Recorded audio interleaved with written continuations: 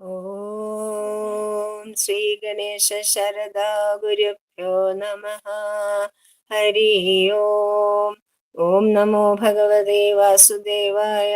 ഓം നമോ നാരായണായ. ഓം ശ്രീകൃഷ്ണ പരമാത്മനേ നമഃ. ഓം നമോ ഭഗവതേ സായിദേവായ. മുഖം കരോതി വാചാലം പങ്കും ലംഘയതേ ഗിരിം യത്കൃപാതമഹം വന്ദേ പരമാനന്ദമാധവം. സർവത്ര ഗോവിന്ദ നാമ സങ്കീർത്തനം. ഗോവിന്ദ ഗോവിന്ദ. ഓം ശ്രീകൃഷ്ണായ നമഃ. ഹരി ഓം. ഭഗവത്ഗീത വിചാരം 111 ഭാഗമാണ് നമ്മൾ ഇന്ന് എടുക്കുന്നത്.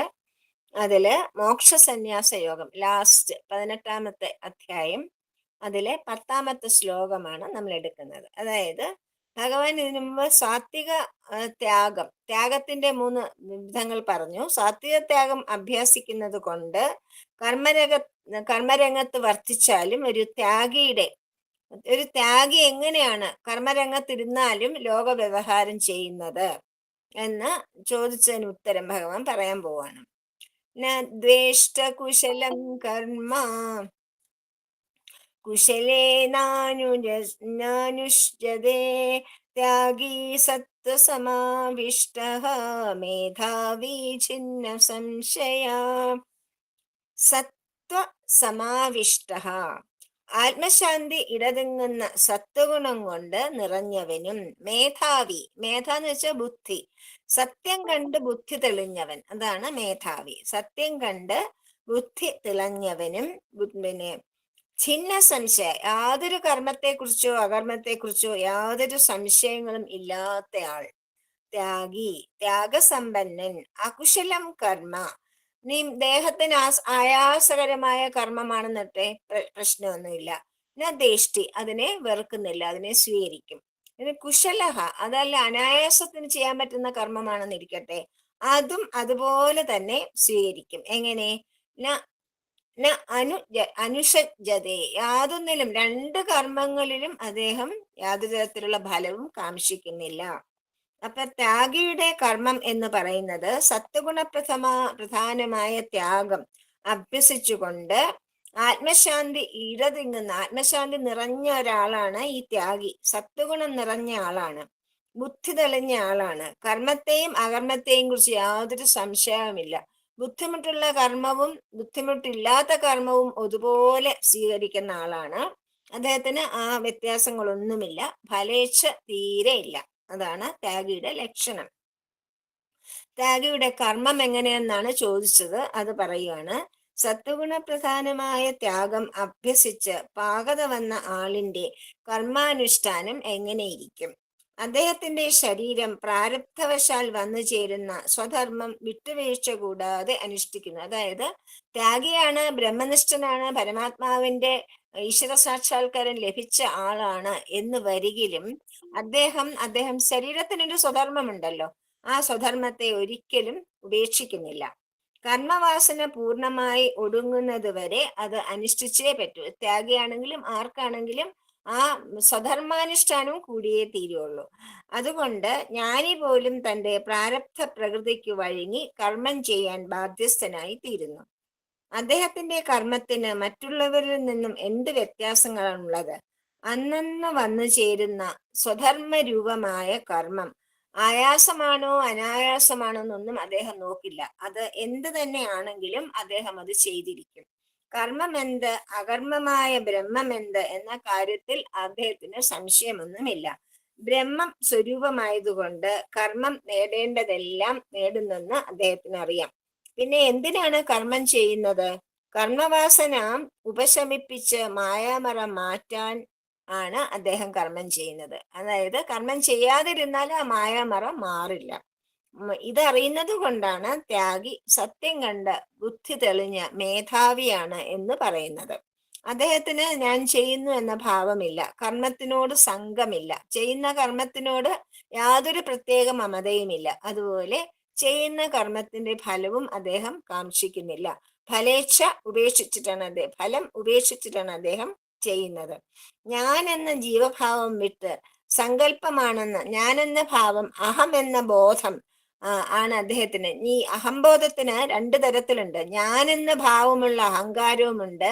ഞാൻ അഹം ബ്രഹ്മാസ്മി, ഞാൻ ഈശ്വരൻ തന്നെയാണ്, ഈശ്വരൻ തന്നെയാണ് എന്നുള്ള ബോധമുള്ള അഹവുമുണ്ട്. അതായത് ബോധം, അത് പാകപ്പെട്ട ആളായതുകൊണ്ട് അദ്ദേഹം സദാസമയവും ആത്മാനന്ദം അനുഭവിക്കുന്നു. നമ്മളെ വളരെ, നമ്മുടെ നാട്ടിൽ തന്നെ യോഗികളായ നാരായണ ഗുരുസ്വാമിയോ ചൈതന്യ മഹാപ്രഭു അല്ലെങ്കിൽ നമ്മുടെ വിദ്യാധിരാജ സ്വാമികളോ എല്ലാവരും, ചൈതന്യ പിന്നെ ചിന്മയാനന്ദ സ്വാമി, ഇവരെല്ലാവരും ആ ലെവലിൽ എത്തിയിട്ട് ആനന്ദത്തോടു കൂടി ജീവിച്ചിരുന്ന ത്യാഗികളാണ്. അവരൊരിക്കലും മരണം വരെ അവരുടെ കർമ്മങ്ങളൊന്നും അവർ ഉപേക്ഷിച്ചില്ല. അവരെല്ലാ കർമ്മങ്ങളും ചെയ്തുകൊണ്ടേയിരുന്നു.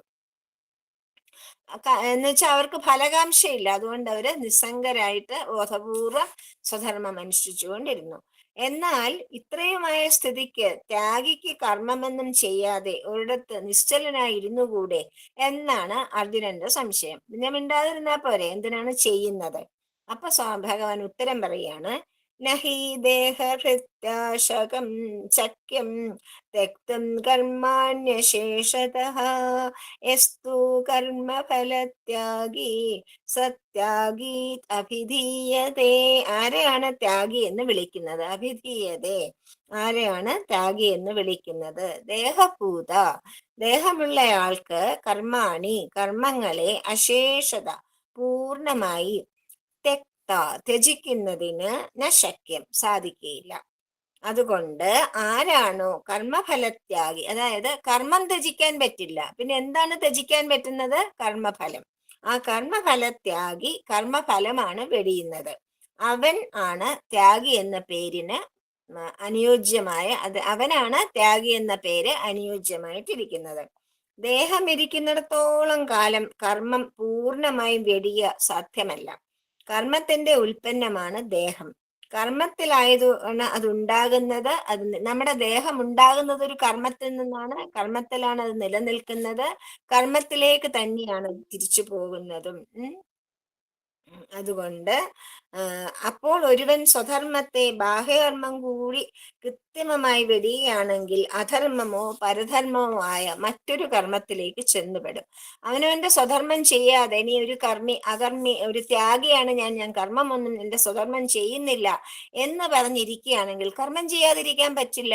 അതുകൊണ്ട് അറിയാതെ തന്നെ പരകർമ്മം, മറ്റൊരാളുടെ കർമ്മത്തിലേക്കോ, പരകർമ്മം ഭയാവഹ എന്നാണ് ഭഗവാൻ പറയണത്. സ്വധർമ്മേ നിധനം ശ്രേയ. സ്വധർമ്മത്തിൽ പിന്നെ മരിച്ചാൽ പോലും പിന്നെ അത് വളരെ ഒരു ശ്രേയസ്കരമാണ്. പരധർമ്മം ഭയാവഹ എന്നാണ് ഭഗവാൻ പറയുന്നത്. പക്ഷേ ഈ ത്യാഗിയായ ആള് കർമ്മം സ്വധർമ്മം അനുഷ്ഠിക്കാതെ ചുമ്മാ ഇരുന്ന് കളഞ്ഞാൽ അങ്ങേര് അകർമ്മത്തിലും പെടും, അല്ലെങ്കിൽ പരകർമ്മത്തിലും പെട്ടുപോകും. തെറ്റായ കർമ്മങ്ങൾ ചെയ്യാൻ ബാധ്യസ്ഥനായി തീരും. അതുകൊണ്ട് ശരിയായ ത്യാഗം ഫലേശ ത്യാഗമാണ്, കർമ്മത്യാഗമല്ല. കർമ്മം ത്യജിക്കാൻ പറ്റില്ല. കർമ്മം ത്യജിക്കുകയാണെങ്കിൽ തെറ്റായി പോവും. അതുകൊണ്ടാണ് ഫലേച്ഛയാണ് യഥാർത്ഥ ത്യാഗം എന്ന് പറയുന്നത്.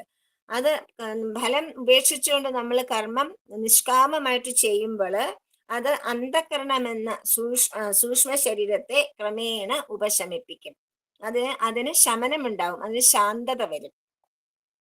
അതോടെ നമുക്ക് ആത്മാനുഭവത്തിന് വഴിതെളിയും.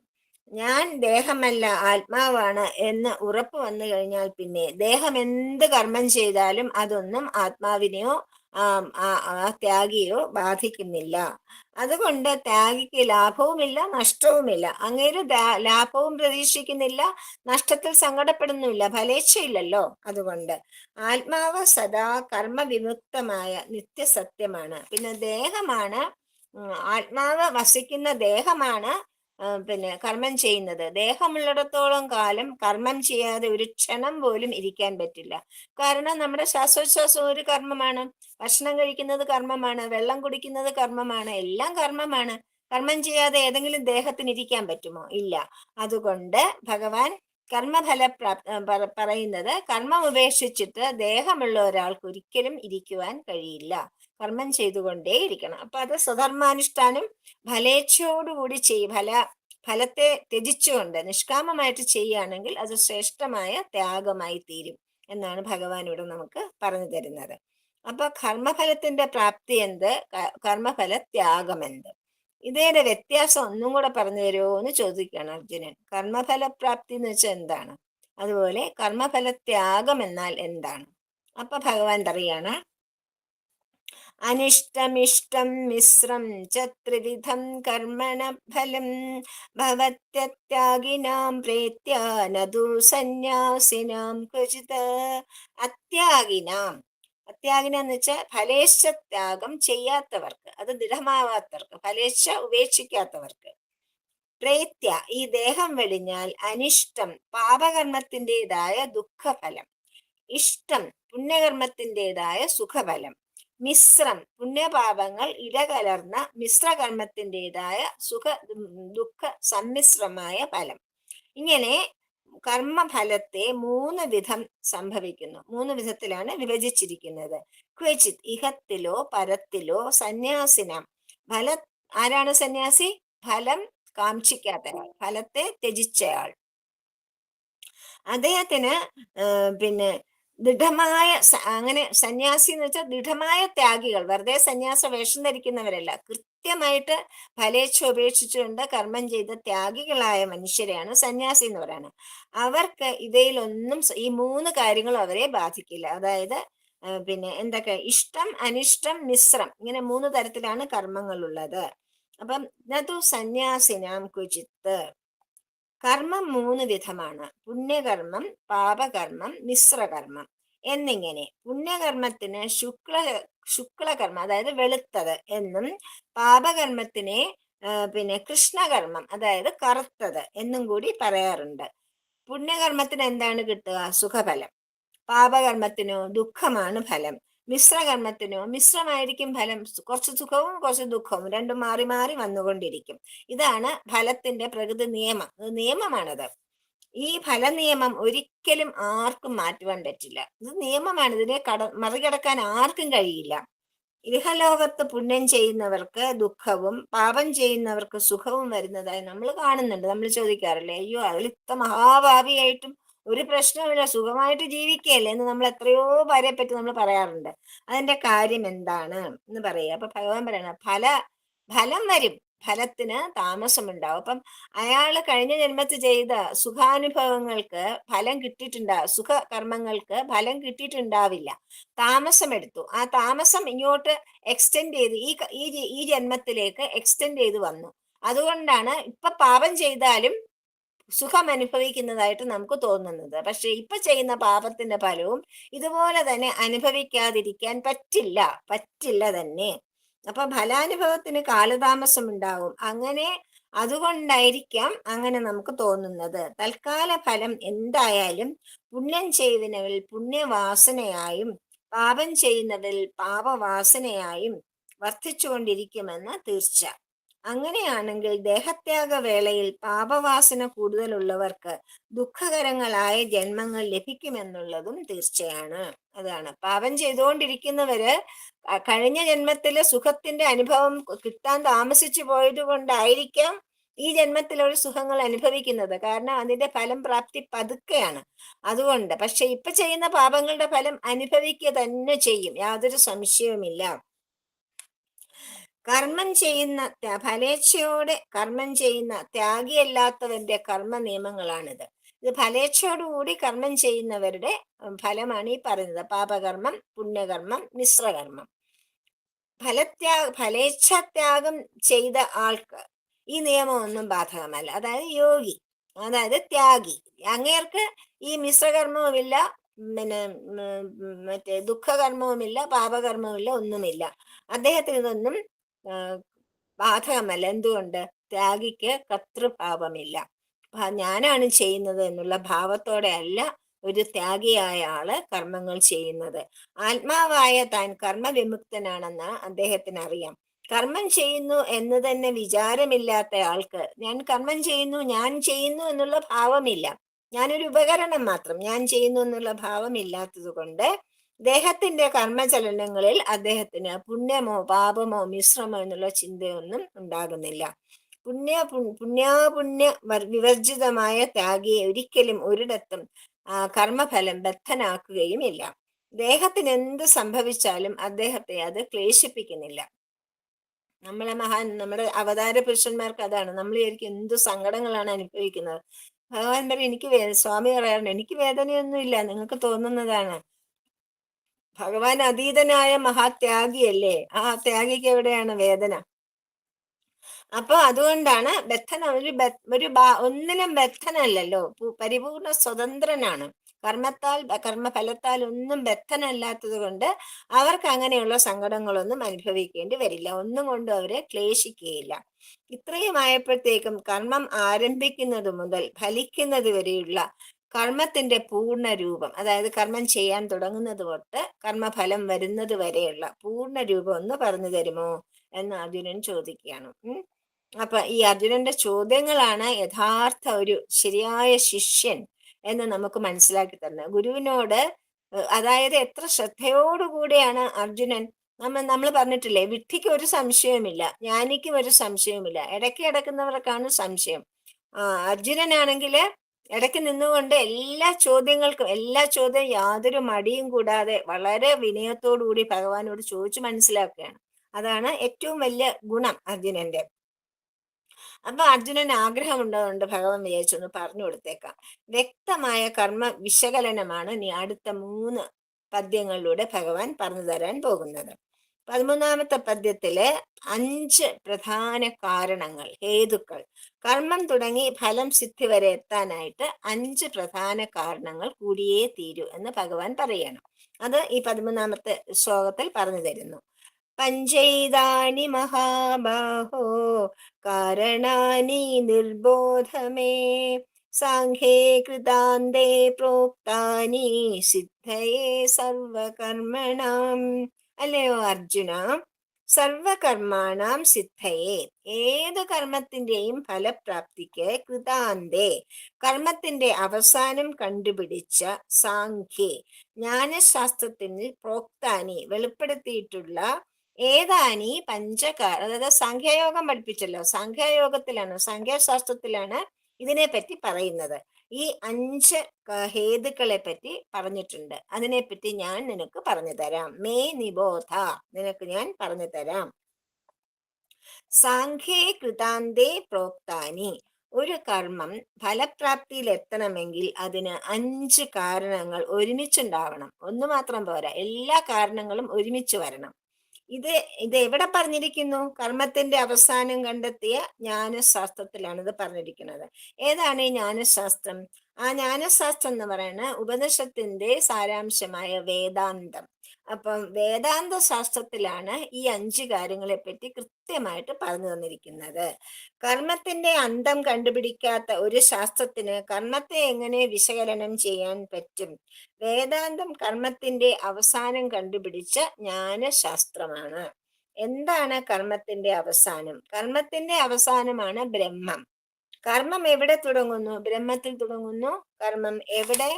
കണ്ടെത്തിയ ആൾക്ക് എവിടെ തുടങ്ങുന്ന കർമ്മം ഏതെല്ലാം ഘട്ടങ്ങൾ കടന്നാണ് ഫലപ്രാപ്തിയിൽ എത്തുന്നതെന്ന് സുവ്യക്തമായിട്ട് വിശകലനം ചെയ്യാൻ കഴിയും. കർമ്മത്തിന്റെ അവസാനം അഥവാ ഉൽപ്പത്തി സ്ഥാനം തിരയുന്നതാണ് സത്യാന്വേഷണം.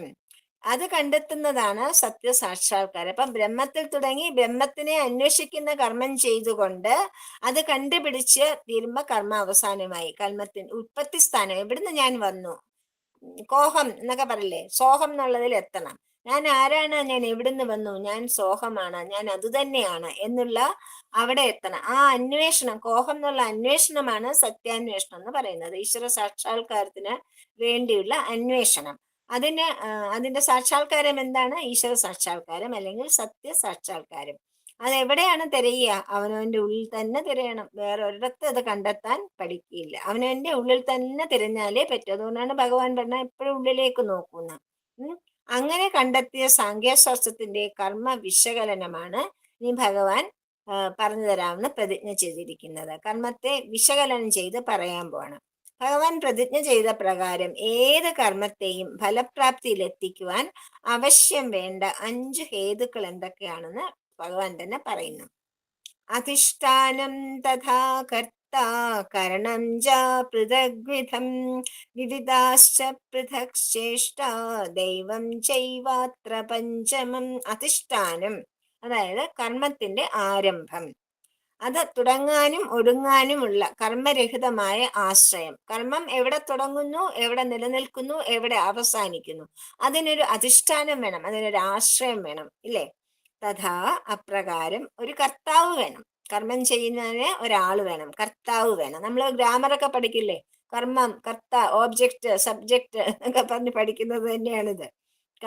കർമ്മത്തിൽ ഞാൻ ചെയ്യുന്നു എന്ന് അഭിമാനിക്കുന്ന ജീവാംശം, അതാണ് കർത്താവ്. ജീവാത്മാവാണ് കർത്താവ്. കരണം എന്ന് വെച്ചാൽ ഉപകരണങ്ങൾ. ഈ ജീവാത്മാവിന് കൊടുത്തിരിക്കുന്ന ഉപകരണങ്ങൾ കൊണ്ടിട്ടാണ് കർമ്മങ്ങൾ ചെയ്യുന്നത്. കർമ്മം ചെയ്യാൻ ഉപകരണങ്ങൾ വേണ്ടേ? എന്താണ് ഉപകരണങ്ങൾ?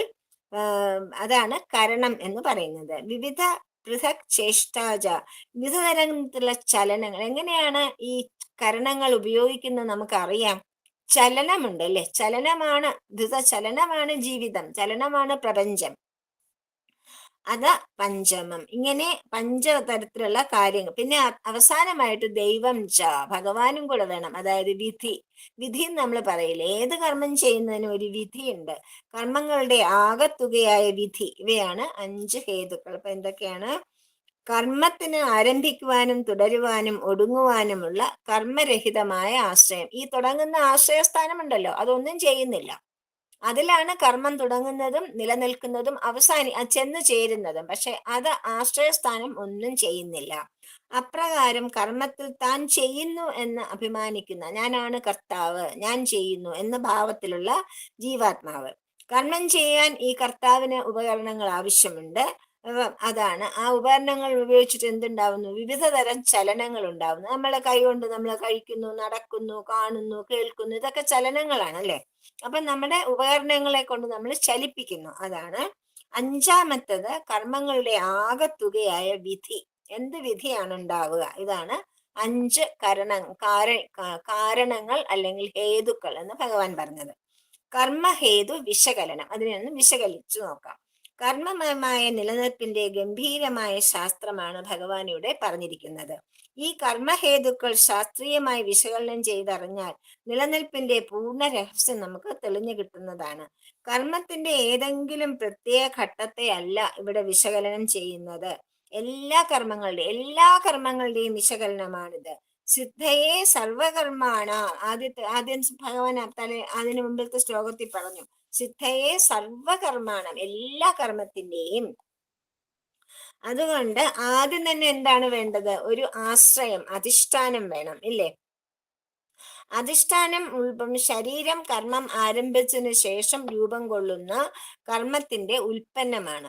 ഉൽപ്പന്നം എന്ന് വെച്ചാൽ എന്താ? നമ്മളൊരു കാര്യം ചെയ്യുമ്പോൾ നമ്മളിപ്പം പിന്നെ നമ്മൾ വട ഉണ്ടാക്കുകയാണെങ്കിൽ എന്താണ് ഉൽപ്പന്നം? വടയാണ് ഉൽപ്പന്നം, അല്ലെ? നമ്മുടെ ആ കർമ്മത്തിന്റെ ഉൽപ്പന്നം എന്താണ്? വടയാണ്. അതുപോലെ ഭഗവാൻ ഈ ആശ്രയത്തിലുണ്ടായ കർമ്മത്തിന്റെ ഉൽപ്പന്നമാണ് പിന്നെ ഒരു ശരീരം. അധിഷ്ഠാനം കർമ്മം ആരംഭിക്കുന്നതിന് മുൻപ് അതിന് ഒരു ആശ്രയമാണ്. എവിടെയും അധിഷ്ഠാനം ബാഹ്യമായിരിക്കും. അധിഷ്ഠാനം എന്ന് പറഞ്ഞാൽ അധിഷ്ഠേയം എന്ന് പറഞ്ഞാൽ എന്താ അറിയോ? അധിഷ്ഠേയം എന്ന് പറഞ്ഞാൽ എന്താണ്? അതിനിൽ നിന്നും വന്നത്. അപ്പം അധിഷ്ഠേയം മറഞ്ഞാലും അധിഷ്ഠാനം അവിടെ തന്നെ ഉണ്ടാവും. അതായത് ആത്മാവ് എന്ന് നമുക്ക് പറഞ്ഞാല്, ആത്മാവ് ശരീരം മറഞ്ഞാലും, ശരീരം വരുന്നതും ശരീരം ഉൾക്കൊള്ളുന്നതും ആത്മാവിനെയാണ്. പക്ഷെ ശരീരം മറഞ്ഞാലും ആത്മാവിന് മരണമില്ല, ആത്മാവ് നിലനിൽക്കുന്നു. അതായത് നമ്മള് അതിന് ഉദാഹരണമായിട്ട് പറയുന്നത് കയറ് നമ്മൾ പാമ്പിനെ കാണുന്നു. അപ്പൊ പാമ്പിന്റെ അധിഷ്ഠാനം എന്താണ്? പാമ്പ് എന്തിനെയാണ് ആശ്രയിച്ചത്? കയറിനെ, ഇല്ലേ? അപ്പൊ നമുക്ക് മനസ്സിലായി, ഇത് വെളിച്ചം കൊണ്ടുവന്ന് നോക്കിയപ്പോ നമുക്ക് മനസ്സിലായി ഇത് പാമ്പല്ല, ഇത് കയറാണ്. അപ്പൊ അവിടെ പാമ്പ് പോയി, അധിഷ്ഠേയം പോയി. പക്ഷെ എന്ത് ബാക്കിയുണ്ട്? കയർ അവിടെ തന്നെ ഉണ്ടല്ലോ, അധിഷ്ഠാനം. ആ പാമ്പെന്ന രൂപത്തിന് നമുക്ക് തോന്നിയ അധിഷ്ഠേയത്തിന് നമുക്ക് തോന്നിയ അധിഷ്ഠാനം, ആശ്രയമായ കയർ അവിടെ തന്നെ കിടക്കുന്നുണ്ട്. അതുപോലെ തന്നെയാണ് മണ്ണ്. കുടമുണ്ടാക്കുന്നു. ഉണ്ടാക്കുന്നതിന്റെ കുടത്തിന്റെ അധിഷ്ഠാനം എന്താണ്? മണ്ണ്, അല്ലേ? അതിന്റെ അധിഷ്ഠാനം അതുപോലെ. പിന്നെ കുടമില്ലാതെ ആയാലും മണ്ണ് അവിടെ ഉണ്ടാവും. കുളം പൊട്ടിപ്പോയി, അതിൽ നമ്മൾ വെള്ളം കോരി ഒഴിച്ചപ്പോൾ അത് വീണ്ടും എന്തായി മാറുന്നു? മണ്ണായിട്ട് മാറുന്നു. മണ്ണിന് മാറ്റം ഉണ്ടാവുന്നില്ല, കുടം മാറിപ്പോയി. അതുപോലെ തന്നെയാണ് പിന്നെ കർമ്മത്തിന്റെ അധിഷ്ഠാനം എവിടെയും എപ്പോഴും ബ്രഹ്മമാണ്. അധിഷ്ഠേയമായ കർമ്മം ഇല്ലാതെ ആയാലും ബ്രഹ്മം അവശേഷിക്കും. അധിഷ്ഠേയം എന്ന് പറഞ്ഞാൽ മനസ്സിലായാലോ, എന്തിൽ നിന്നുണ്ടാകുന്നത്. ആ ഉണ്ടാകുന്നത് പോയാലും അതായത് മണ്ണിൽ നിന്നുണ്ടായ കുടം പോയാലും മണ്ണുണ്ടാവും. അതുപോലെ ബ്രഹ്മത്തിൽ നിന്ന് വന്ന ജീവാത്മാവ് പോയാലും ബ്രഹ്മം അവിടെ തന്നെ ഉണ്ടാകും. അപ്പം അതാണ് അങ്ങനെ. കുടത്തിന് മുമ്പേ മണ്ണുണ്ടായിരിക്കണം. അതുപോലെയാണ് കർമാധിഷ്ഠാനം. കർമ്മം തുടങ്ങുന്നതിന് മുമ്പേ ഉണ്ടായിരിക്കും. ഒരു കർമ്മം തുടങ്ങുന്നതിന് മുമ്പേ ഉണ്ടായ അധിഷ്ഠാനം ഉള്ളത് കൊണ്ടാണ് കർമ്മം ഉണ്ടായത്. മീൻസ് ആ കയറവിടെ കിടന്നത് കൊണ്ടാണ് പാമ്പാണെന്ന് നമുക്ക് തോന്നിയത്. കയറവിടെ ഇല്ലായിരുന്നെങ്കിലോ, അധിഷ്ഠാനം അവിടെ ഇല്ലായിരുന്നെങ്കിൽ നമ്മൾ പാമ്പിനെ കാണില്ല. പാമ്പിനെ കാണാനുള്ള കാരണം എന്താണ്? അധിഷ്ഠാനം. അപ്പൊ അധിഷ്ഠാനത്തിൽ നിന്നാണ് ആ പാമ്പ് പുറപ്പെട്ടു വന്നത്. അതുപോലെയാണ് ബ്രഹ്മത്തിൽ നിന്നാണ് ഈ സർവ പ്രപഞ്ചവും ഉണ്ടാകുന്നത്. അപ്പം അത് അങ്ങനെ ഉണ്ടായിക്കഴിഞ്ഞു. അപ്പോ ശക്തിസ്പന്ദരവുമായ കർമ്മം നിലച്ചാൽ പിന്നെ ജഡം കാണുകയില്ല. ചലനം പിന്നെ കർമ്മം ചലിക്കാത്തൊരു പശ്ചാത്തലത്തിലേ സംഭവിക്കുകയുള്ളൂ എന്ന് അംഗീകരിക്കപ്പെട്ട് കഴിഞ്ഞിട്ടുണ്ട്. അതായത് കർമ്മമയമായ പ്രപഞ്ചത്തിന്റെ അധിഷ്ഠാനം അചഞ്ചലമായ ബ്രഹ്മമാണ്. മനസ്സിലായില്ലേ? നമ്മള് ഈ കാണുന്ന ചലനാത്മകമായ അതിന് നല്ല ഉദാഹരണമാണ് നമ്മള് കാണുന്ന സ്ക്രീൻ, തിരശ്ശീലയിൽ നമ്മൾ സിനിമ കാണുന്നു. നമ്മൾ നാനാതരത്തിലുള്ള സിനിമകൾ കാണുന്നു, സീരിയൽ കാണുന്നു, എല്ലാം കാണുന്നു. അതിന്റെ അധിഷ്ഠാനം എന്താണ്? ആ തിരശ്ശീലയാണ്. അതിന് അനക്കമുണ്ടോ? അത് അനങ്ങുമോ? അത് അവിടെ മിണ്ടാതെ നിൽക്കുകയല്ലേ ഉള്ളൂ. എന്തെല്ലാം അവിടെ അതിലെന്തൊക്കെ സംഭവിച്ചാലും ആ തിരശ്ശീലയ്ക്ക് യാതൊരു ചലനവും ഉണ്ടാകുന്നില്ല. ചലിക്കുന്നത് മുഴുവൻ അതിൽ കാണപ്പെടുന്ന കാര്യങ്ങൾ മാത്രമാണ് ചലിക്കുന്നത്, അല്ലേ?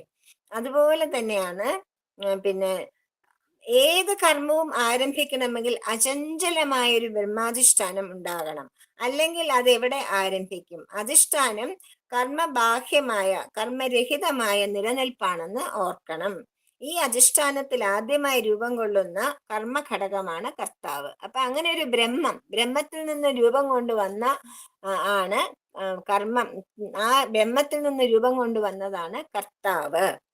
കർത്താവ് മുതൽ ഇങ്ങോട്ടതെല്ലാം ബ്രഹ്മത്തിന്റെ തന്നെ വിവിധ ഘട്ടങ്ങളാണ്. കർത്താവിന് എന്ത് വേണം? ഉപകരണങ്ങൾ വേണം. ഉപകരണങ്ങൾ എന്ത് ചെയ്യും?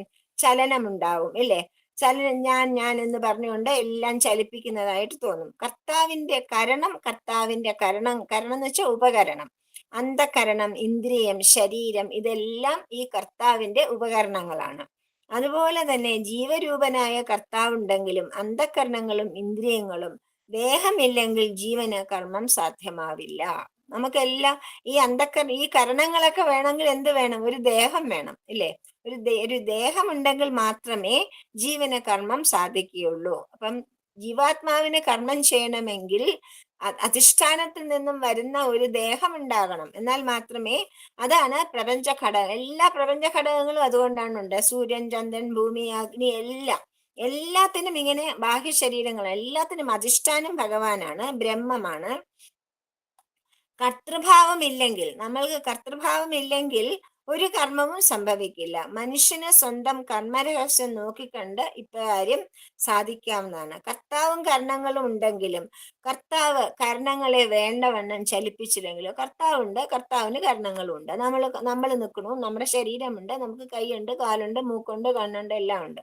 നമ്മളിതൊന്നും ഉപയോഗിച്ചില്ലെങ്കിലോ, നമ്മളിതൊന്നും വേണ്ടവണ്ണം ഉപയോഗിച്ചില്ലെങ്കിൽ കർമ്മം ഫലപ്രാപ്തിയിൽ ഒരു കർമ്മവും ഉണ്ടാവില്ല, അല്ലെ? ഒരു കർമ്മവും ഫലപ്രാപ്തിയിൽ എത്തുകയില്ല. കരണങ്ങളെ വേണ്ട വിധമുള്ള ചലനങ്ങളെയാണ് ചേഷ്ടകൾ എന്ന് പറയുന്നത്. അപ്പോഴ് ഉദാഹരണത്തിന് ഒരു വിറക് വെട്ടുകാരനും ഒരു വിറകെട്ടുകാരനും ഇവിടെയുണ്ട്, കോടാലിയുമുണ്ട്, വിറകുമുണ്ട്. പക്ഷെ വിറകെട്ടുകാരൻ കോടാലി ഉയർത്തി വിറകിൽ മുറിച്ചാലല്ലേ വിറക് മുറിയുള്ളൂ. കർമ്മം പൂർണ്ണമാവണമെങ്കിൽ എന്ത് വേണം? കൊടാലി വേണം, വിറകെട്ടുകാരൻ കാരണം കമ്പ് വേണം. കമ്പില് അയാള് ചലിക്കണം, ഇല്ലേ? ചലിപ്പിക്കണം. എന്നാൽ ഉപകരണം ചലിപ്പിക്കണം, എന്നാൽ മാത്രമേ ഫലസിദ്ധി ഉണ്ടാവുകയുള്ളൂ, ഇല്ലേ? അതുപോലെ തന്നെയാണ് വായുവിന്റെ ചലനവും സൂര്യന്റെ തപനവും അഗ്നിയുടെ ജലനവും ഒക്കെ ചേഷ്ടകളാണ് ഇങ്ങനെ ഉണ്ടാകുന്നത്. പ്രപഞ്ച ഘടകങ്ങളിലെല്ലാം ഇങ്ങനെയാണ് നമ്മൾ നോക്കിക്കാണേണ്ടത്. എല്ലാത്തിനും അധിഷ്ഠാനമായിട്ട് ഭഗവാനുണ്ട്, ബ്രഹ്മാവുണ്ട്. അതിൻ്റെ കരണങ്ങളും അതിൻ്റെ ഉപകരണങ്ങളായിട്ട് ഉപയോഗിക്കുന്നത് കൊണ്ട്, കർമ്മം ചെയ്യുന്നത് കൊണ്ടാണ്. അതായത് വിറകുകാരൻ കരണം ആയ കോടാലി എടുത്ത് വെട്ടുക എന്ന കർമ്മം ചെയ്തുകൊണ്ടാണ് വിറകെന്ന സാധനം മുറിഞ്ഞു വന്നത്, അല്ലെങ്കിൽ വരില്ല, അല്ലേ? അതുപോലെ ഈ ലോകത്ത് ഒരു പരമാണുവിന്റെ കർമ്മം പോലും സ്വതന്ത്രമല്ല. പ്രപഞ്ചത്തിലെ കർമ്മചലനം ആകെ പരസ്പര ബദ്ധമാണ്. ഒരേ അധിഷ്ഠാനത്തിൽ സ്പന്ദിക്കുന്ന ശക്തിയുടെ സ്പന്ദന ഘട്ടങ്ങൾ മാത്രമാണ്. എന്ന് വെച്ചാൽ ഈ ലോകത്തിലുള്ള അണുവണുവും കണകണവും ബൃഹത്തും എല്ലാം ഉത്ഭവിച്ചിരിക്കുന്നത് ഒരേ ബ്രഹ്മത്തിൽ നിന്ന് തന്നെയാണ്. എത്ര ചെറുതെന്ന് തോന്നിയാലും എത്ര ബൃഹത്തെന്ന് തോന്നിയാലും എല്ലാത്തിന്റെ അടിസ്ഥാനം എന്താണ്? എല്ലാത്തിന്റെ ആശ്രയം ആരാണ്? ബ്രഹ്മമാണ്. അതുകൊണ്ടാണ് ഈ പിന്നെ ചലനം ഉണ്ടാവണമെങ്കിൽ അപ്പൊ എന്ത് വേണം? ആദ്യം തന്നെ അധിഷ്ഠാനം വേണം, പിന്നെ കർത്താവ് വേണം, പിന്നെ കരണങ്ങൾ വേണം, പിന്നെ ചലനം എന്ന കർമ്മം വേണം. എന്നാൽ മാത്രമേ അതുണ്ടാവുള്ളൂ. ഇത് നാലും ഉണ്ടെങ്കിലോ, എന്നാലും ഈശ്വരാധീനമില്ലെങ്കിൽ ഒന്നും നടക്കും. എല്ലാം ഉണ്ടായിട്ട് ഒന്നും ആവാതിരിക്കുന്ന ഒരുപാട് പേരെ നമ്മൾ കണ്ടിട്ടില്ലേ? എന്തുകൊണ്ടാണത്? ഈശ്വരാധീനമില്ല, വിധിയില്ല നമ്മൾ പറയില്ലേ, വിധിയില്ല എന്ന് പറയുന്നത്. അപ്പം ദൈവം ഇതിന് അനുകൂലമായാൽ മാത്രമേ അപ്പം ദൈവവും വേണം. ദൈവമാണ് അഞ്ചാമത്തെ കാര്യം. കർമാനുഷ്ഠാനത്തിന് ഈശ്വര സത്തയെ അഭയം ഭാവിക്കുകയാണ് ദൈവത്തെ അനുകൂലമാക്കുവാനുള്ള ഉപായം. എത്ര വലിയ പൗരുഷശാലിയായാലും ദൈവം പ്രതികൂലമായാൽ അവന്റെ കർമ്മം പരാജയപ്പെടുക തന്നെ ചെയ്യും. പൗരുഷം പോലും ദൈവത്തിന്റെ സംഭാവനയാണെന്ന കാര്യം നാം ഓർക്കണം. കർമ്മസിദ്ധിയിൽ പൗരുഷത്തെക്കാൾ വലുത് ദൈവമാണെന്ന് ഇന്നുവരെയുള്ള മനുഷ്യചരിത്രം വിളിച്ചറിയിക്കുന്നു. എല്ലാ കർമ്മങ്ങളുടെ സിദ്ധിയിലും നമ്മുടെ മനുഷ്യന്റെ ചരിത്രം നോക്കിയാൽ കാണാം. എന്തെങ്കിലും നന്മ സംഭവിച്ചിട്ടുണ്ടെങ്കിൽ ഈശ്വര സ്പർശം, ഈശ്വരന്റെ കാര്യം കൊണ്ടാണ്, ഈശ്വരനെ കൊണ്ടാണ് അതെല്ലാം സംഭവിച്ചിരിക്കുന്നത്. കർത്താവ് മുതൽ ഇങ്ങോട്ടുള്ളതെല്ലാം കർമ്മത്തിന്റെ വിവിധ ഘട്ടങ്ങളാണ്. അധിഷ്ഠാനം മാത്രം കർമ്മത്തിന് പുറത്തുള്ളത് ഈ അധിഷ്ഠാനം മാത്രമാണ്. അതിൽ നിന്ന് തുടങ്ങുന്ന കർമ്മവും കർമ്മത്തിന്റെ കരണങ്ങളും കർമ്മത്തിന്റെ ചലനവും കർമ്മത്തിന്റെ കർത്താവും പിന്നെ അതിന് വേണ്ടി ഭഗവാന്റെ ഈശ്വര വിധി എന്നുള്ള കാര്യം, ഇതെല്ലാമാണ് കർമ്മത്തിന്റെ രഹസ്യം. ഈ 5 കാരണങ്ങളാണ്, ഹേതുക്കൾ ആണ് ഭഗവാൻ പറയുന്നത്. കർമ്മത്തിന്റെ ഫലസിദ്ധിക്ക് ഹേതുക്കളായി എടുത്തുകാട്ടിയ ഈ 5 എണ്ണവും മനുഷ്യന്റെ കർമ്മങ്ങളെയും ബാധിക്കുന്നതാണോ? ഇതെല്ലാം മനുഷ്യകർമ്മങ്ങളെയും ബാധിക്കുമെന്നാണ് അടുത്ത ചോദ്യം. അപ്പം ശരീര വാങ്മനോഭിര്യത് കർമ്മ പ്രാരംഭതേ നരഃ ന്യായം വാ വിപരീതം വാ പഞ്ചൈതേ തസ്യ ഹേതവഃ. നരഃ മനുഷ്യൻ, ശരീര വാങ്മനോഭി ശരീരം, ദേഹം, മനസ്സ് കരണങ്ങളാണ്. മനുഷ്യന്റെ കരണങ്ങൾ എന്തൊക്കെയാണ്? പ്രധാനമായിട്ടും ദേഹം, വാക്ക്, മനസ്സ്.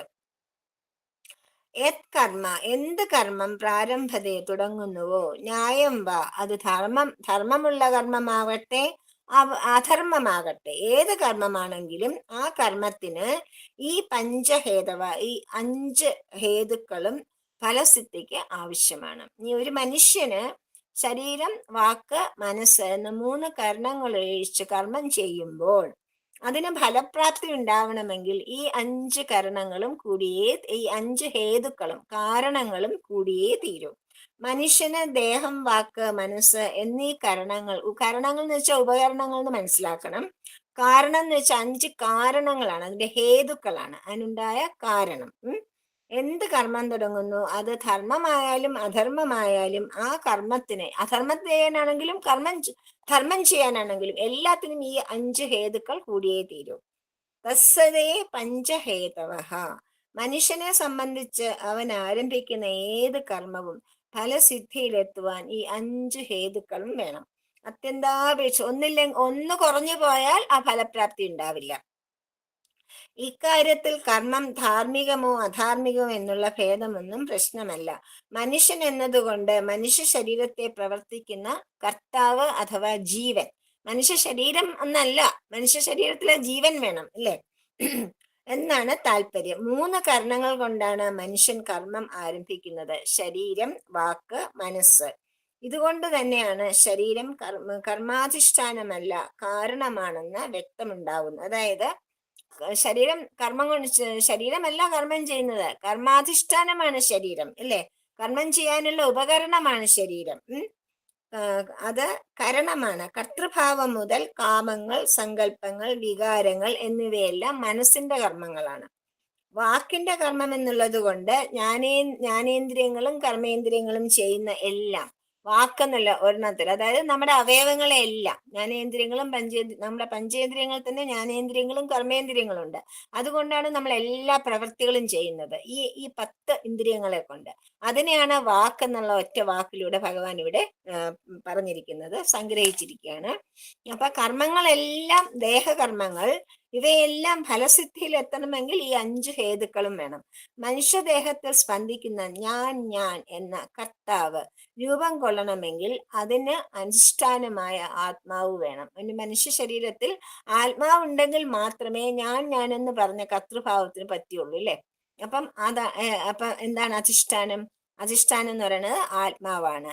ജീവൻ നിന്ന് ചലിക്കുന്നത് തന്നെ ആ അധിഷ്ഠാനത്തിലാണ്. അതുകൊണ്ടാണ് ജീവൻ പിന്തിരിഞ്ഞതുമായി ഏകീഭവിച്ചാൽ സ്വയം സത്യസ്വരൂപമായി മാറുമെന്ന് ശാസ്ത്രം ഘോഷിക്കുന്നത്. അധിഷ്ഠാനത്തിൽ ഇങ്ങനെ സ്പന്ദിക്കുന്ന കർത്താവാണ് മനുഷ്യന്റെ എല്ലാ കർമ്മങ്ങളുടെയും കേന്ദ്രം. മനുഷ്യന്റെ കർമ്മങ്ങളൊക്കെ ചെയ്യുന്നതാണ് ഈ അധിഷ്ഠാനത്തിൽ ഉറച്ചു നിൽക്കുന്ന ജീവാത്മാവ് ആണ് കർത്താവായിട്ട് വർക്ക് ചെയ്യുന്നത്. ഞാൻ എന്ന് പറയുന്ന, ഞാൻ എന്ന അഹംബോധം, ആ കർത്താവിന്റെ കർണങ്ങളാണ് ശരീരം, വാക്ക്, മനസ്സ്. ആ കർണങ്ങളുടെ ചേഷ്ടകളാണ്, ആ കർണങ്ങളുടെ ചലനങ്ങൾ അല്ലെങ്കിൽ ചേഷ്ടകളാണ് നമ്മൾ ചെയ്യുന്ന എല്ലാ കർമ്മങ്ങളും. മിണ്ടുന്നതും ശ്വസിക്കുന്നതും കഴിക്കുന്നതും കുടിക്കുന്നതും എല്ലാം, എന്തൊക്കെ കർമ്മങ്ങൾ നമ്മൾ ചെയ്യുന്നുണ്ട്, ചിന്തിക്കുന്നതും പറയുന്നതും എല്ലാം, കേൾക്കുന്നതും എല്ലാം തന്നെയും പിന്നെ ചേഷ്ടകൾ എന്ന് പറയും, അല്ലെങ്കിൽ ചലനങ്ങൾ. ഇനി മനുഷ്യൻ എത്രയൊക്കെ സമർത്ഥമായി കർമ്മം ചെയ്താലും, എന്തൊക്കെ ചെയ്താലും ദൈവം അനുകൂലമായാൽ മാത്രമേ ഫലം അനുകൂലമായിട്ട് വരികയുള്ളൂ. അതിന് ഉദാഹരണമായിട്ട് ഒരു കർഷകൻ ഭംഗിയാവണ്ണം കൃഷിപ്പണി ചെയ്ത് പൂർത്തിയാക്കി.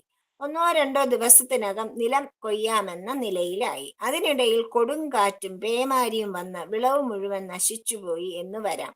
വിധി അനുകൂലം അല്ലെങ്കിൽ അവസാന ഘട്ടത്തിൽ പോലും എത്ര സമർത്ഥമായ കർമ്മത്തിന്റെ ഫലവും സിദ്ധിയിലെത്തുന്നില്ല എന്ന് വരാം. ഈശ്വരാധീനമില്ലെങ്കിൽ എത്ര നന്നായിട്ട് ചെയ്യുന്ന കർമ്മവും അവസാനം എത്തുമ്പം അത് നിഷ്ഫലമായി പോകും. അതാണ് പല കൈവഴിയിലായിട്ടിരുന്ന കർമ്മത്തിന്റെ ആകത്തുകയാണ് വിധി അഥവാ ദൈവം.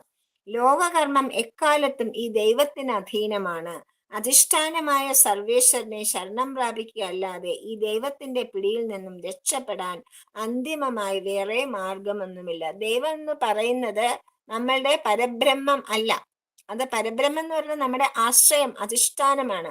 അപ്പൊ ഈ ദൈവത്തിന്റെ അനുഗ്രഹം നമുക്ക് ഉണ്ടാവണമെങ്കിൽ, അതായത് വിധി നമുക്ക് അനുകൂലം ആവണമെങ്കിൽ നമ്മള് ആ പരമ അധിഷ്ഠാനമായ ആശ്രയമായ പരബ്രഹ്മത്തെ ആശ്രയിക്കണം, ശരണാഗതരാവണം. അപ്പോഴെന്ത് പറ്റും?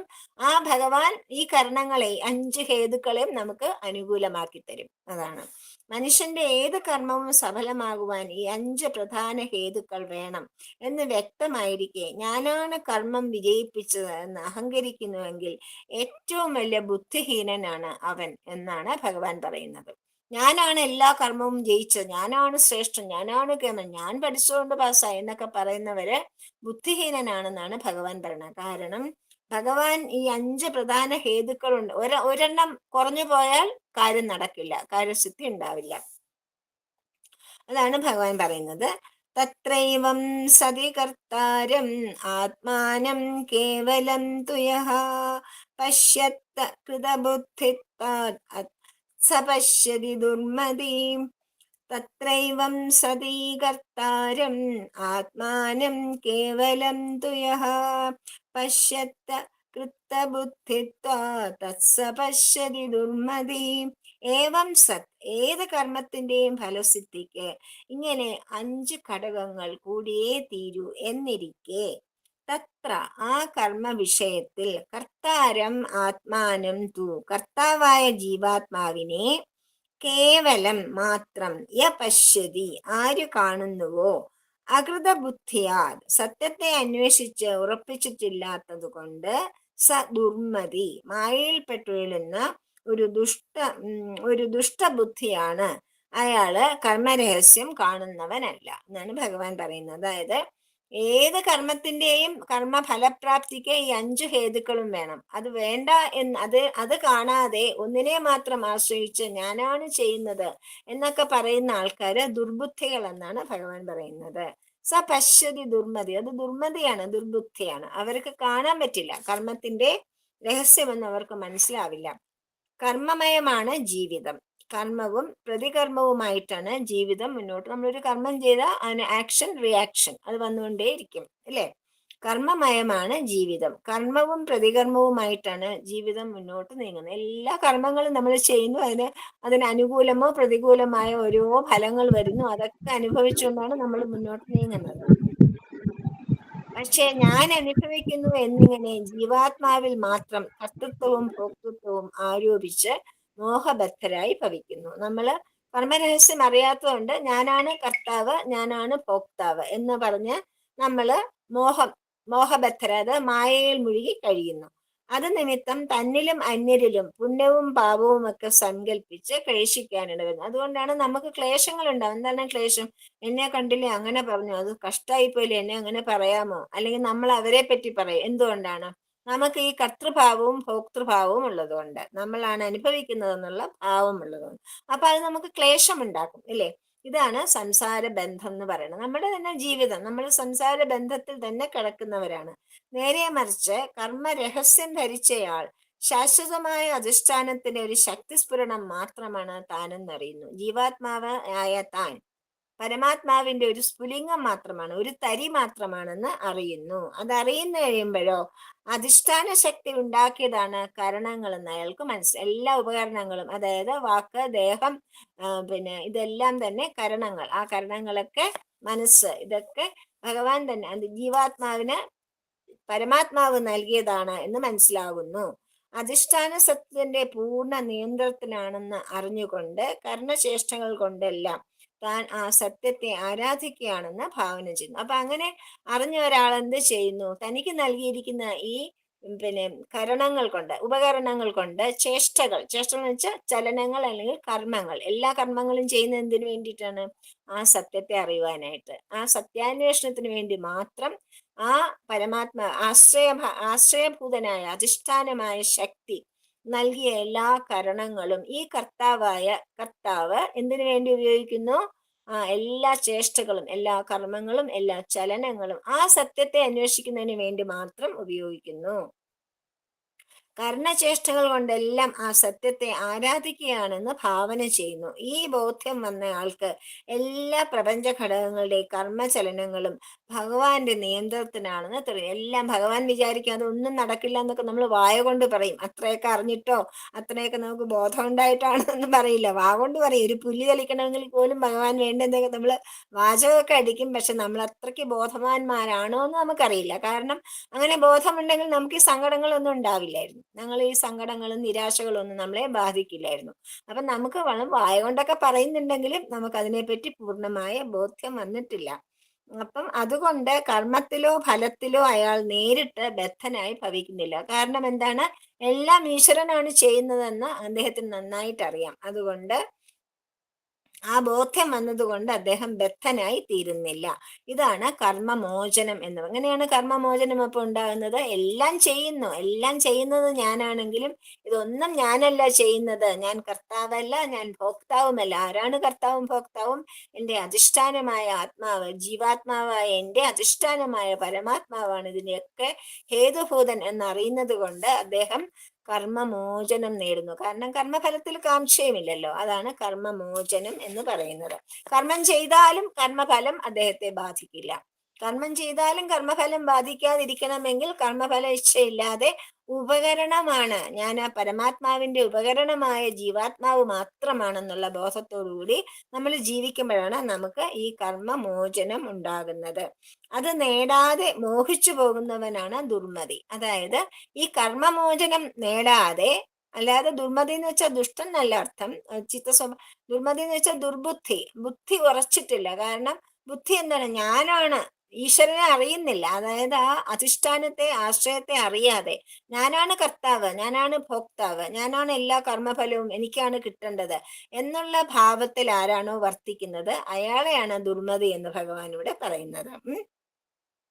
കർമ്മബന്ധം അവന് കർമ്മരഹസ്യമോ സത്യമോ ഒരിക്കലും വെളിപ്പെടില്ല. അങ്ങനെ ഞാനെന്ന ഭാവത്തിൽ ജീവിക്കുന്ന ഒരു വ്യക്തിക്ക്, കർമ്മ ഫലത്തിൽ കുടുങ്ങിക്കിടക്കുന്ന ഒരു വ്യക്തിക്ക് ഒരിക്കലും ഭഗവാനെ കണ്ടെത്താനോ ഈശ്വര സാക്ഷാത്കാരത്തിനോ സാധിക്കില്ല. അതാണ് പറയുന്നത്.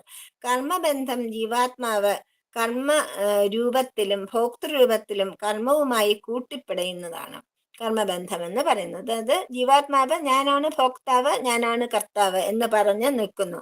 അങ്ങനെ കൂട്ടുപിണയാത്ത ആളിനെ ഒരു കർണവും ഒരിക്കലും ബാധിക്കുന്നില്ല എന്നാണ് ഭഗവാൻ ഇനി പറയുന്നത്.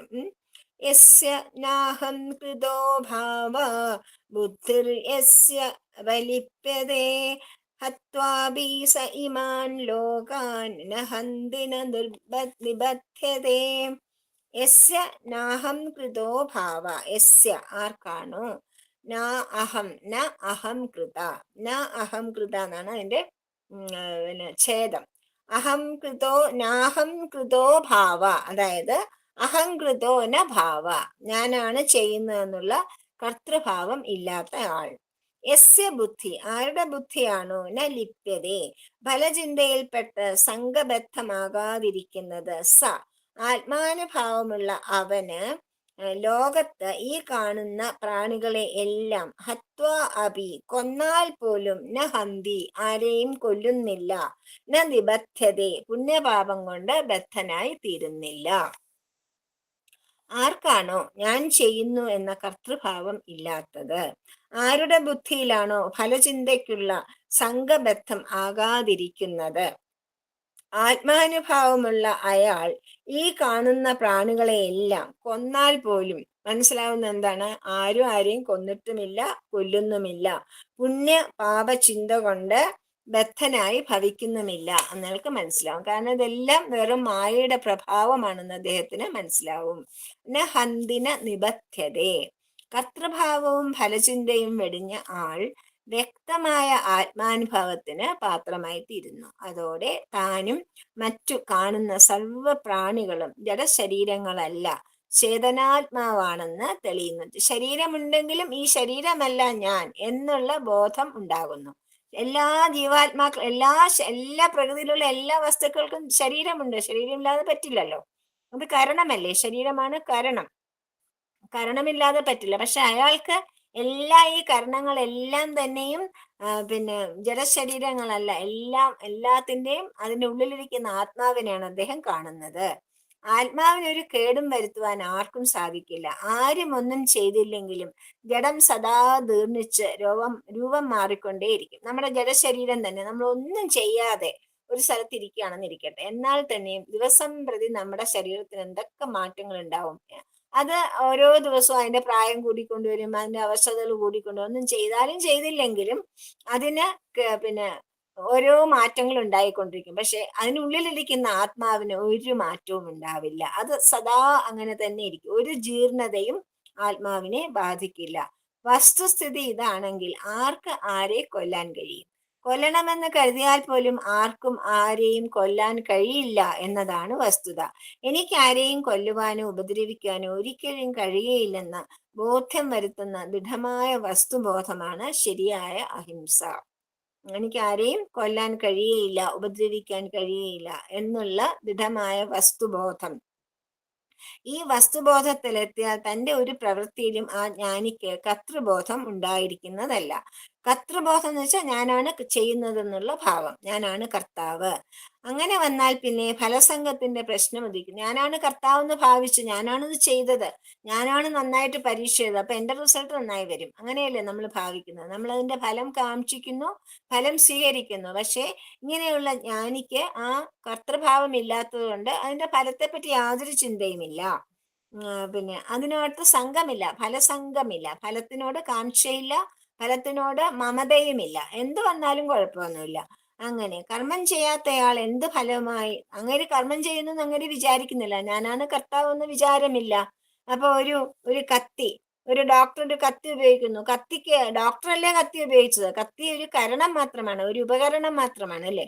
കത്തിക്ക് എങ്ങനെ അഭിമാനിക്കാൻ പറ്റും? അതാണ് അയാളുടെ ഭാവം, കത്തിയുടെ ഭാവം. കത്തിക്ക് എന്തെങ്കിലും ഭാവമുണ്ടോ? ഒരു ഭാവനയുമില്ല. അതുപോലെയാണ് ഭഗവാന്റെ ഉപകരണമാണ് ഞാൻ. കർത്തൃഭാവമില്ലാതെ ഒരു എല്ലാ കർമ്മങ്ങളും ചെയ്യുന്ന ആളുടെ ഭാവം അതാണ്. അതുകൊണ്ട് അയാളെ ഒന്നും ബാധിക്കുന്നില്ല. ശരീരവും കർമ്മവും ഫലവും ആത്മാവിലെ മരുമരീചിക പ്രായങ്ങളായ കാഴ്ചകൾ മാത്രമാണ്. ആത്മാവ് മാത്രമാണ് സത്യം. ലൗകികനും ജ്ഞാനിയും ചിലപ്പോൾ ഒരുപോലെ തന്നെ പുറമേ കർമ്മം ചെയ്യുന്നു. ലൗകികരായ ആൾക്കാർ, അപ്പം ഗൃഹസ്ഥാശ്രമമൊക്കെ നമ്മൾ ഭൗതിക മോഹങ്ങളും ആഗ്രഹങ്ങളും കർമ്മഫലങ്ങളും ഒക്കെ കാംക്ഷയുള്ള ആൾക്കാരാണ് ലൗകികർ. ജ്ഞാനി എന്ന് പറയുമ്പോഴോ ഇതൊന്നുമില്ലാത്ത ആള്, കർമ്മഫല ത്യാഗം ചെയ്ത ആളാണ് ജ്ഞാനി. സർവത്ര ഈശ്വരനെ സർവടത്തും കാണുന്ന ആളാണ് ജ്ഞാനി. ഇവർക്ക് രണ്ടുപേർക്കും ഒരുപോലെ തന്നെ ചെയ്യുന്ന കർമ്മങ്ങൾ ഒരുപോലെയാണെന്ന് നമുക്ക് തോന്നും. എന്നാൽ ഒരാൾ കർമ്മബദ്ധനായിത്തീരുന്നു, ലൗകികനാള് കർമ്മത്തിൽ ബദ്ധനായിത്തീരുന്നു, മറ്റേയാളെ കർമ്മം അല്പം പോലും ബാധിക്കുന്നില്ല. ഈ അനുഭവ രഹസ്യം വെളിപ്പെടുത്തുവാനായി കർമ്മ പ്രേരകങ്ങളായ ഘടകങ്ങളെയും കർമ്മസ്വരൂപത്തിലെ ഘടകങ്ങളെയും വേർതിരിച്ച് ഭഗവാൻ പറയാൻ പോവുകയാണ് ഇനി. ജ്ഞാനം ജ്ഞേയം പരിജ്ഞാത ത്രിവിധാ കർമ്മചോദനാ കരണം കർമ്മ കർത്തേതി ത്രിവിധം കർമ്മ സംഗ്രഹ. ജ്ഞാനം അറിവ്, ജ്ഞേയം അറിവിന് വിഷയമായ വസ്തുവാണ്. അത് ധ്യാനം ധേയം ധാതാപന് ധ്യാനിക്കുന്ന ആളെന്ന പോലെ. ധ്യാനം കർമ്മമാണ്, ധേയം എന്ന് വെച്ചാൽ ആരെ ധ്യാനിക്കുന്നു അയാൾ. അപ്പൊ പരിജ്ഞാത അറിയുന്നവൻ, കർമ്മ ചോദന എന്നിങ്ങനെയുള്ള കർമ്മ പ്രേരണകൾ ത്രിവിധം ആകുന്നു, 3 വിധമുണ്ട്. കരണം കർമ്മത്തിനുള്ള ഉപകരണം, കർമ്മ ഉപകരണത്തിന്റെ ചേഷ്ട അഥവാ ചലനം, കർത്ത കർമ്മം ചെയ്യുന്ന ആൾ. ഇത് ഇങ്ങനെ കർമ്മസംഗ്രഹ കർമ്മ രൂപഘടകങ്ങളെ ത്രിവിധമായിട്ട് വിഭജിച്ചിരിക്കുന്നു. 3ആയിട്ട് എങ്ങനെയാണ് വിഭജിച്ചിരിക്കുന്നത്? ഭഗവാൻ പറഞ്ഞു കർമ്മസ്വരൂപത്തെ 3 ഘടകങ്ങളായിട്ട് വേർതിരിക്കുന്നു. എന്തൊക്കെയാണത്? 1 കരണം ഉപകരണം, 2 കർത്താവ് അല്ലെ, 2 കർത്താവ് കർമ്മം ചെയ്യുന്ന ആളാണ് കർത്താവ്. 3ആമത് കർമ്മം ചെയ്യുന്ന ആൾ കർമ്മം തന്നെ ചേഷ്ട, അതിന്റെ ചേഷ്ട എന്ന് വെച്ചാൽ അതിന്റെ കർമ്മം. ഇങ്ങനെ കർമ്മസംഗ്രഹ അറിവിന് വിഷയമായ വസ്തു അറിയുന്നവൻ, അതാണ് ജ്ഞാനം ജ്ഞേയം പരിജ്ഞാത. അറിവിന് വിഷയമായ വസ്തു അറിഞ്ഞവൻ എന്ന കർമ്മപ്രേരണകൾ 3 വിധമാകുന്നു. കർമ്മത്തിനുള്ള ഉപകരണത്തിന്റെ ചേഷ്ട, അതായത് ഉപകരണം ചെയ്യുന്ന കർമ്മം ചെയ്യുന്ന ആൾ, അതാണ് ഇങ്ങനെ കർത്താവ്. അതായത് ഇങ്ങനെ കർമ്മ സ്വരൂപ ഘടകങ്ങളും 3ആയിട്ടുണ്ട്. കർമ്മചോദനയും കർമ്മസംഗ്രഹവും. ചോദന എന്ന പദത്തിന് പ്രേരണ എന്നാണ് അർത്ഥം. സംഗ്രഹ പദത്തിന് സാമാന്യ രൂപം എന്നാണ് അർത്ഥം. കർമ്മത്തിന് പ്രേരണ നൽകുന്ന ഘടകങ്ങളാണ് കർമ്മചോദനകൾ. അതായത് കർമ്മം ചെയ്യുവാനായിട്ട് പ്രേരണ തരുന്നതിനെയാണ് കർമ്മചോദനകൾ എന്ന് പറയുന്നത്. അറിവും അറിയപ്പെടുന്ന വസ്തുവും അറിയപ്പെടുന്നവനുമാണ് കർമ്മത്തിന് പ്രേരണ. ഒരു കർമ്മം നമുക്ക് ചെയ്യണമെങ്കിൽ കർമ്മത്തെ പറ്റി അറിവ് വേണം, ഇല്ലേ? അത് ചെയ്യാൻ ഒരാൾ വേണം, ആ കർമ്മം ചെയ്യണം, ചെയ്യാന്നുള്ള ചേഷ്ട വേണം, ഇല്ലേ? അതുകൊണ്ട് കർമ്മത്തിന് പ്രേരണ നൽകുന്ന ഘടകങ്ങൾ, ഈ 3 ഘടകങ്ങളുടെയും വ്യാപ്തി അനുസരിച്ചായിരിക്കും കർമ്മവ്യാപ്തി. അതായത് ഒരു ഖനിയിൽ നിന്നും സ്വർണം കുഴിച്ചെടുക്കണമെന്ന കർമ്മം നടക്കുന്നു എന്ന് കരുതുക. ഇതിൽ സ്വർണം എന്ന ലോഹത്തെക്കുറിച്ചുള്ള സാമാന്യമായ അറിവാണ് ജ്ഞാനം. സ്വർണം എന്നുള്ള അറിവ് കൊണ്ടാണ് ഖനനം എന്ന പ്രക്രിയക്ക് പോകുന്നത്, അല്ലെ? അപ്പം സ്വർണം കുഴിച്ചെടുക്കുന്ന കർമ്മം നടക്കുമ്പോൾ സ്വർണം എന്ന ലോഹത്തെക്കുറിച്ചുള്ള സാമാന്യമായ അറിവിനാണ് ജ്ഞാനം എന്ന് നമ്മൾ പറയുന്നത്. 1-ാമത്തെ ഘടകം. 2-ാമത്തെ ഘടകം എന്താണ്? കർമ്മം തുടങ്ങേണ്ട ജ്ഞാനം. സ്വർണം എന്ന ലോഹത്തെക്കുറിച്ച് അറിവില്ലെന്ന് കരുതുക. ഖനി കുഴിക്കുക എന്ന കർമ്മം തുടങ്ങേണ്ട ആവശ്യമേ വരുന്നില്ല. ഇപ്പൊ ഈ ജ്ഞാനമില്ലെങ്കിൽ, സ്വർണമുണ്ടെന്നുള്ള ഇവിടെ ഈ കുഴിയിൽ കുഴിച്ചാൽ സ്വർണം കിട്ടും എന്നുള്ള അറിവ് നമുക്കില്ലെങ്കിൽ പിന്നെ നമുക്ക് കുഴിക്കേണ്ട ആവശ്യമേ വരുന്നില്ല, അല്ലേ? അതാണ് കർമ്മം തുടങ്ങേണ്ട ആവശ്യം വരുന്നില്ല. നീ സ്വർണത്തെക്കുറിച്ച് സാമാന്യമായും അറിഞ്ഞാൽ പോരാ, ഇത് ഖനിയിലുണ്ടെന്ന് അറിയണം. ഈ ഖനിയിലുള്ള സ്വർണജ്ഞേയം അഥവാ അറിയപ്പെടുന്ന വസ്തു ഖനി കുഴിക്കുക എന്ന കർമ്മത്തിന് പ്രേരിപ്പിക്കുന്ന 2-ാമത്തെ ഘടകം. ഇതിനകത്ത് സ്വർണമുണ്ട് എന്നുള്ള അറിവ്, സ്വർണമുണ്ടെന്നൊരു അറിവ്, സ്വർണം ഈ ഖനിയിലുണ്ടെന്നുള്ളത് വേറൊരു അറിവ്. 2 ജ്ഞാനം. ജ്ഞാനം ജ്ഞേയം ആയി. അപ്പൊ അതിനെ എടുക്കണമെങ്കിലോ കുഴിക്കുക എന്നുള്ളതാണ് കർമ്മം. രണ്ടാമത്തെ ഘടകം ഈ ജ്ഞേയമാണ്. ജ്ഞാനവും ജ്ഞേയവും ഒരുപോലെ ഉൾക്കൊള്ളുന്നതാണ് പരിജ്ഞാത. അപ്പം ആ സ്വർണമുണ്ടെന്നുള്ള അറിവുണ്ട്, അത് കുഴിച്ചെടുക്കണം, ഖനനം ചെയ്യണം എന്നുള്ള ജ്ഞേയം ഉണ്ട്. അത് രണ്ടുമുള്ള ആളെയാണ് പരിജ്ഞാത എന്ന് പറയുന്നത്. അപ്പൊ ജ്ഞാനവുമായി ജ്ഞേയവുമായി പരിജ്ഞാതാവുമായി അല്ലേ. അങ്ങനെ എങ്ങനെയാണ് ഖനി കുഴിക്കേണ്ടത്, എന്തുമാത്രം കുഴിക്കണം, സ്വർണം വേർതിരിക്കുന്നത് എങ്ങനെ, കിട്ടുന്ന സ്വർണത്തിന്റെ മാറ്റ് എത്രമാത്രമാണ് എന്നിങ്ങനെ കർമ്മം വേണ്ട പോലെ മുന്നോട്ട് കൊണ്ടുപോകാൻ സഹായിക്കുന്ന ആളാണ് ഈ പരിജ്ഞാതാവ്. അദ്ദേഹത്തിന് എല്ലാം അറിയാം. ജ്ഞാനവും ജ്ഞേയവും ഉണ്ടെങ്കിൽ, ഈ പരിജ്ഞാതാവ് ഉണ്ടെങ്കിലേ ബാക്കിയെല്ലാം നടക്കുകയുള്ളൂ അല്ലെ. അപ്പോഴ് ബ്രഹ്മാന്വേഷണ രൂപമായ കർമ്മത്തിലും ഇവ സമുചിതമായി ഇങ്ങനെ തന്നെയാണുള്ളത്.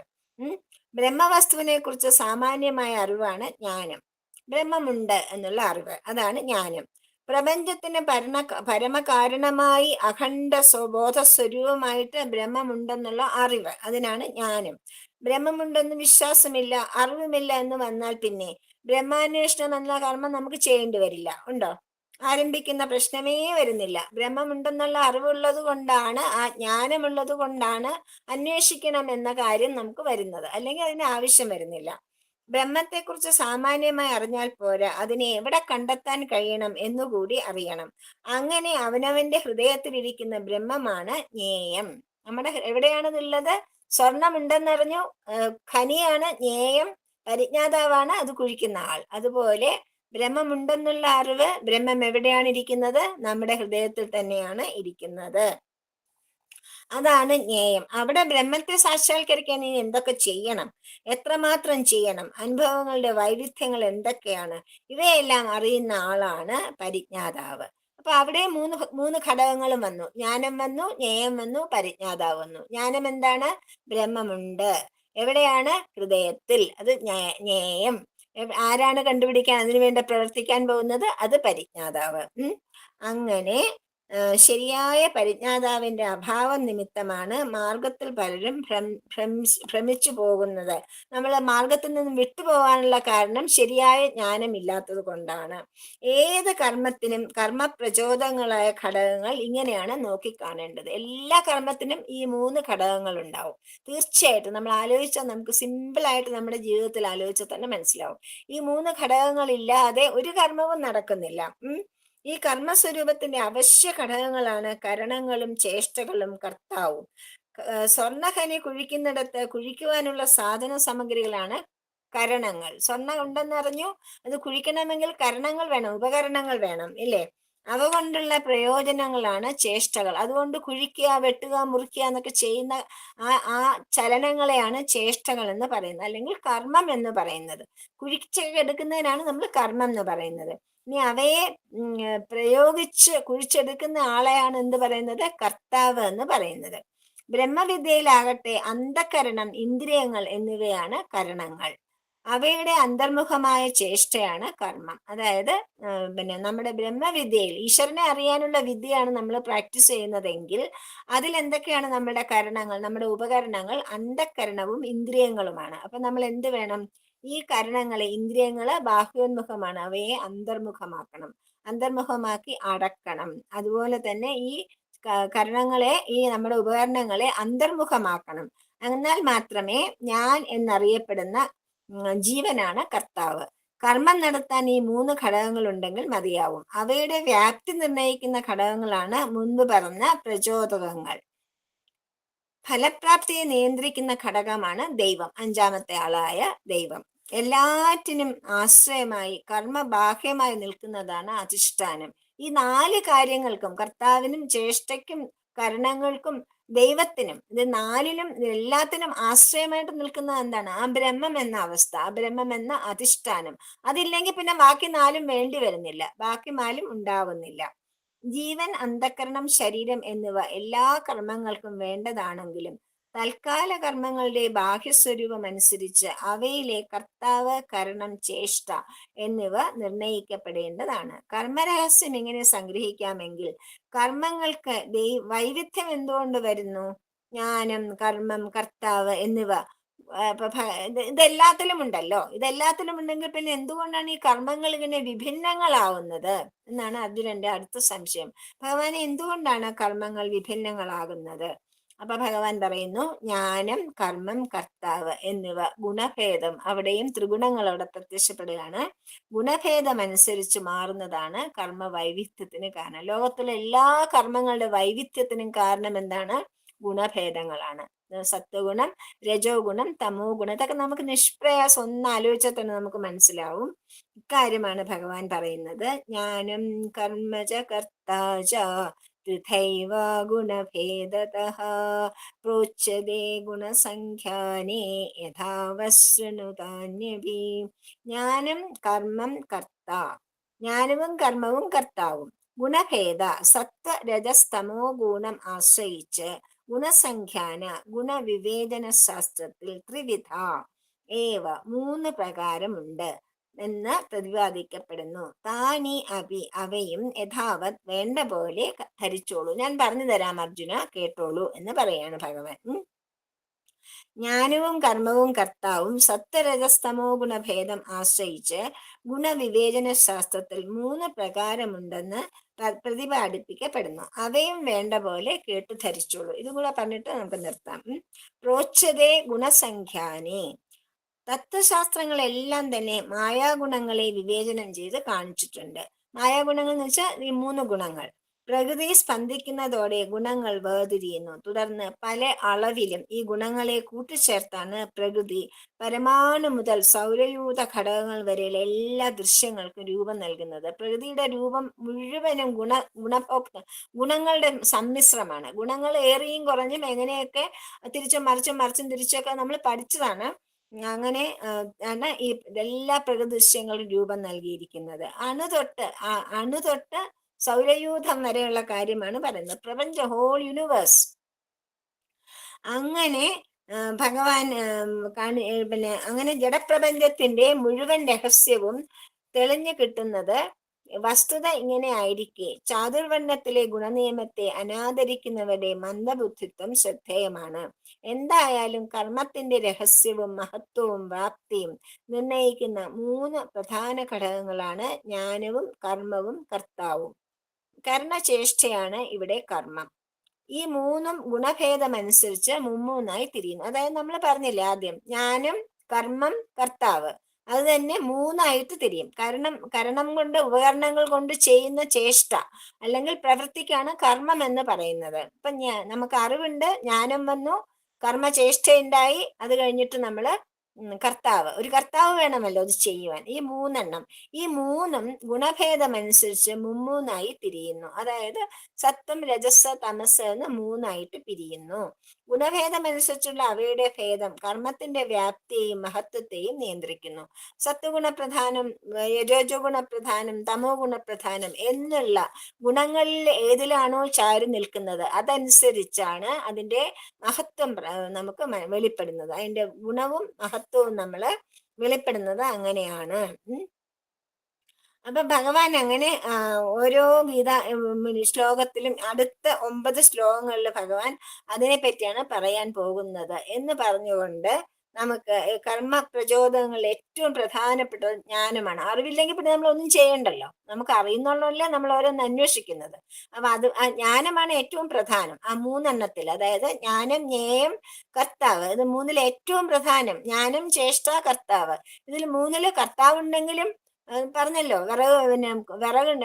വിറക് വെട്ടി ഉണ്ടെങ്കിലും കോടാലി ഉണ്ടെങ്കിലും കാര്യമില്ല. അതുപോലെ തന്നെയാണ് അറിവ് വേണമല്ലോ, അത് ഉപയോഗിക്കണം എന്നുള്ള അറിവ് വേണം ഇല്ലേ? അപ്പൊ അതുകൊണ്ടാണ് ജ്ഞാനമാണ് ഏറ്റവും പ്രധാനം എന്ന് പറഞ്ഞ് ഭഗവാൻ അടുത്ത ഇത് തുടങ്ങുകയാണ്. അത് നമുക്ക് അടുത്ത ക്ലാസ്സിലെടുക്കാം, തീരില്ല. അതുകൊണ്ട്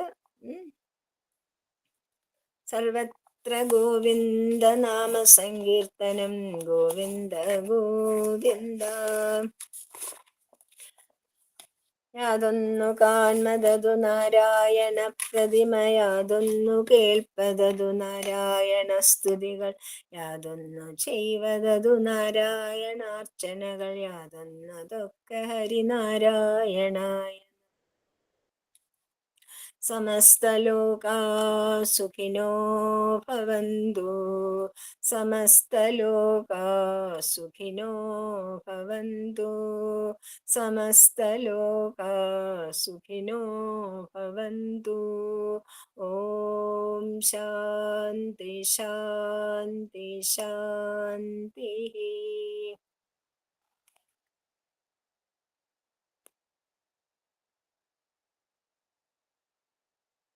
എവിടെ പോയി നിമിത്ത?